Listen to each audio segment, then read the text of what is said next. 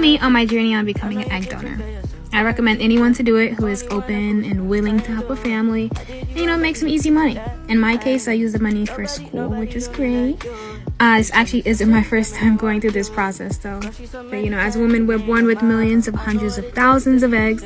So giving away 10 to 30 eggs is just a drop in the bucket, So what you'll do is you'll go into a clinic every other day for an ultrasound and blood work, and they'll monitor the eggs, make sure everything is going well.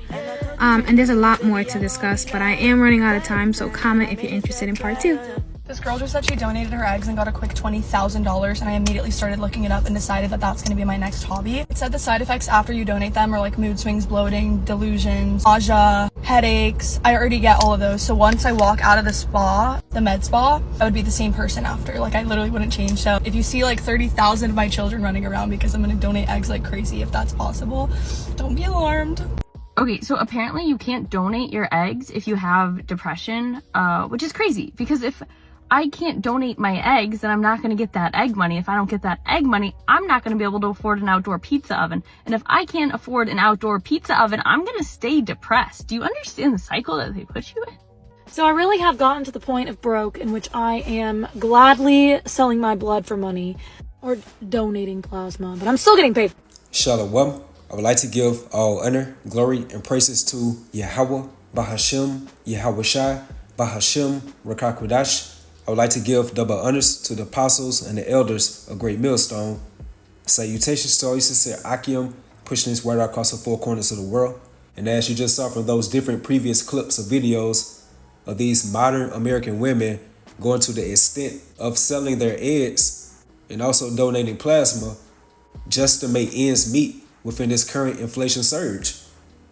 And the reason why these people are in this current state of mourning, complaining, hopelessness, is because it aligns with biblical prophecies within the end times.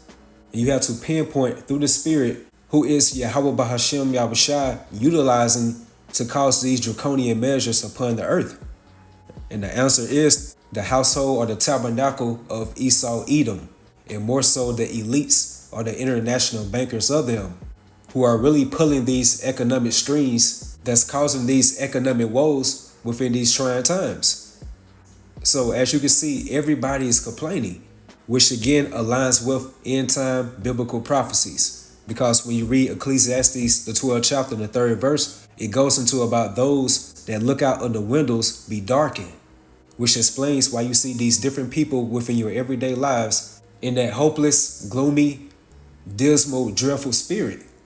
And that's because the man of sin, again, which is Esau Edom, is into rulership. And that takes me right to Romans 8:22 within the NLT. For we know that all creation has been groaning as in the pains of childbirth right up to the present time. So therefore more people are complaining, protesting, lamenting. And when you read Ezekiel, the 2nd chapter, it goes into about that roll of a book. And that's referring to the Holy Bible and what was written within and without. Lamentations, mourning, and woe. So for we know that all creation has been groaning as the pains of childbirth right up to the present time. And while watching these different video clips, I was just thinking through the Spirit, like, if people, and more so women, are resorting to this low vibrational decision making while it's still the cool of the day, the calm before the storm, in other words, so-called normalcy, then what type of extreme measures they would take when all hell really breaks loose within this American society. And that's why you have this phrase, which was coined by Hippocrates, desperate times call for desperate measures, which means that people might take actions that might seem extreme under so-called normal circumstances, but they will be appropriate during the times of adversities. And what's that main adversity that you always hear us here at GMS through the Spirit that we always reference to the Bible, which are the times of Jacob's trouble. And the times of Jacob's trouble is not only going to affect you so-called Negroes, Latinos, Hispanics, and Native Americans, it's going to affect these other nations as well. Because just like we have the effect on the world or a so-called positive aspect, you best believe that we're going to have that same effect upon the world on a so-called negative aspect. So therefore, they're going to feel our troubles as well. So again, if women are resorting to this decision making right now, then how much more when all hell really breaks loose? They're going to resort unto selling their organs, bartering their children, and also committing cannibalism, which again reroutes back into biblical prophecies within these last days. And that takes me right to 2 Ezra 15 verse 11. But I will bring them with a mighty hand and a stretched out arm. And that's referencing to the elect of the nation of Israel via the Heavenly Father Yahweh's right hand, his right arm, which is Yahushua, the captain of our salvation, and smite Egypt with plagues as before. So that new Egypt is referencing to America. Like if America looks at itself within a mirror, it's going to reflect Sodom, Gomorrah, along with those other 3 ancient Canaanite cities, Babylon, Nineveh, Assyria, Greece, Rome, and especially Egypt. And it says, it will destroy all the land thereof. And that's referencing to the landmass of America, aka Babylon the Great. And that links with Zechariah the 13th chapter and the 8th verse about how it should come to pass that in all the land, and that word land is singular within that text. Verse 12, Egypt should mourn. Like the further this stronghold America goes, you have more and more people within that spirit of despair, anxiety, pain, and just groaning of that economic pressure that the so-called powers that be are applying on the inhabitants of the earth, especially America. So that's why it says right here, Egypt should mourn, and the foundation of it should be smitten with the plague that Yahweh Bahashem, Yahushua should bring upon it. And that takes me right to Proverbs 29 verse 2 within the GNT. Show me a righteous ruler, and I will show you a happy people. And that will begin with our big brother, the captain of our salvation, Yahushua. Because when you read Isaiah the 9th chapter and the 6th verse, it goes into about upon Yahushua's shoulder should be a government, which is going to be the establishment of the throne of David. And with that divine order being decreed within this earthly realm, it's going to establish justice or equity and happiness upon this earth. So again, show me a righteous ruler, and I will show you a happy people. And just pay close attention to the current condition of these people. Like due to these economic woes, people are really catching hell, barely making ends meet, and that's pushing more and more people's backs upon the walls until they hit that breaking point. And that's the exact spirit that the elites of Esau Edom want these people to be in. So therefore they can establish their so-called order out of chaos. And what's crazy about this, what you saw at the beginning of this video, if people are resorting to this madness right now in this day of time, then just imagine their true nature coming out when the powers that be really shut things down within this society. Like the level of lawlessness is going to be unbelievable. And it says, show me a wicked ruler, and I will show you a miserable people. And as that saying goes, misery loves company. Because a lot of those women you see at the beginning of this video are sharing their so-called testimonies of donating blood, and even going to the further extent of selling their eggs. And they're bringing out the so-called perks of like receiving $20,000 or more by doing so, which is enticing more and more other miserable women to go ahead and jump in this ship as well. And that takes me right to Ecclesiasticus 10:1 within the GNT. And it says, a wise ruler will educate his people, and his government will be orderly, and that will be established via Yahushua's second return. And that's why it's stated within Isaiah the 32nd chapter in the first verse about a righteous king is coming, referring to Yahushua, and honest princes will rule under him. And that's the throne of David. And with that divine order being established within this earthly realm, and by fully implementing the Heavenly Father Yahweh's laws, statutes, and commandments, watch how this earth, along with the inhabitants of the earth, will be at such an advantage point. Verse 2, all the officials and all the citizens will be like their ruler. And as is stated within Proverbs 29:12, if a ruler hearken to lies, all his servants or officials are wicked. So that's on the left-hand side. So think about when they be transitioning to the right hand side by administering Yahweh Bahashem's guidelines and principles or ethics upon this earth. That's going to gravitate more of these other nations try to do right, or at least to attempt to do right. Besides Esau Edom, because as it's stated within the prayer of Azariah, he's the most wicked in all the world. And also in Ecclesiastes, it goes into about that which is crooked cannot be made straight. So therefore these Edomites are the ultimate can't get right. Verse 3, an uneducated king will ruin his people. So going back to this video of these modern American women are taking the extreme measures of selling their eggs just to have a side hustle or make ends meet throughout these trying times, then why Esau is not cautioning these women of the harmful side effects of selling your eggs? It can really be some life physical changes on your body by doing it. However, he doesn't care because he's all about a profit. And he allows these women to get $20,000 or more by selling their eggs and going viral by sharing their testimonies online. And that's enticing more and more other women that are going through some tough financial times to follow that same trail by selling their eggs. So an uneducated king will ruin his people. And look at the mindset of these people nowadays. More people are engaged to do more wickedness because that's the current standard of this world. And they get highly rewarded and elevated within this society by doing so. And what type of mindset or behavior that's setting to the younger generation. And these children are already impressionable, so that's encouraging them to commit more degenerate acts. So therefore the cycle continues due to this wicked standard. And again, that's because you have the man of sin sitting into that power seat of rulership. Hence, Job 9:24, the earth is given unto the hand of the wicked. And it says, but a government will grow strong if its rulers are wise. And that aligns right with Wisdom of Solomon 6:24 about the multitude of the wise is the welfare of the world, and how a wise king is the upholding of the people. So that should tell you right there alone that Esau Edom is not for the people. Because if he was, he will uphold them by a righteous standard, which are the guidelines of Yahweh Bahashem Yahushai. Verse 4, the Lord sees to the government of the world and brings the right person to power at the right time. And we cannot do enough videos of how much that we need Yahushai.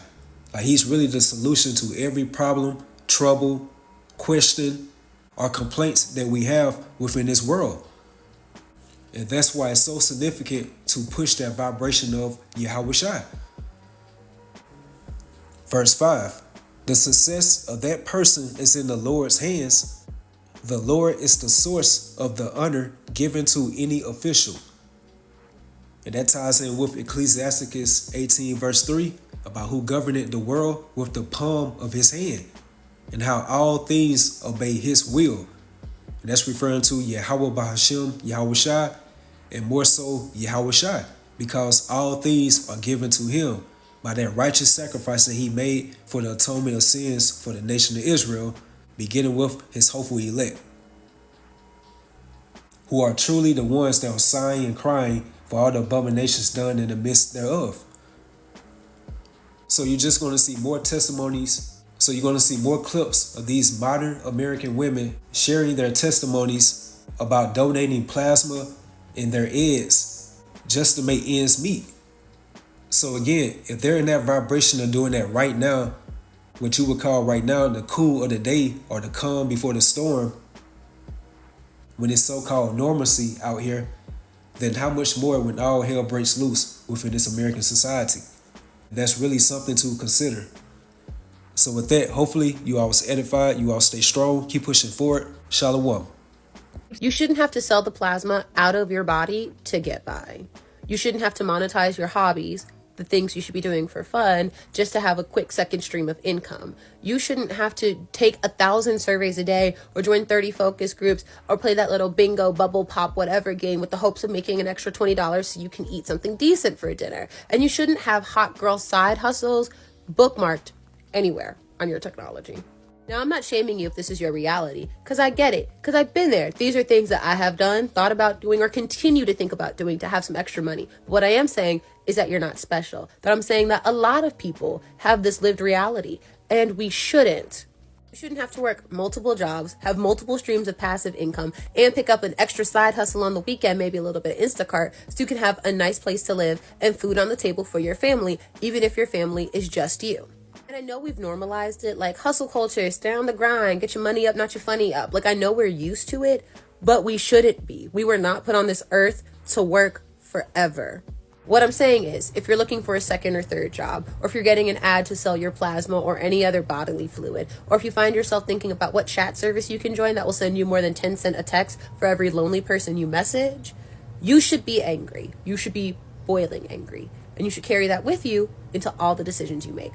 I sold my children for $60,000, and the number one question I get asked is, do I regret it? Where are my children now? Do I still have contact with them? And to answer your questions, so in my 20s, I was an egg donor, and I did about 6 egg retrievals, and in the end made around $60,000. Obviously, donating your eggs has lifelong consequences and implications, and one of those is that somewhere out there, I have my DNA running around. 5 out of the 6 couples that I donated to have decided to remain anonymous, and I am in no contact with them. But one of the couples I am actually very good friends with, and I keep in touch via Instagram and Facebook.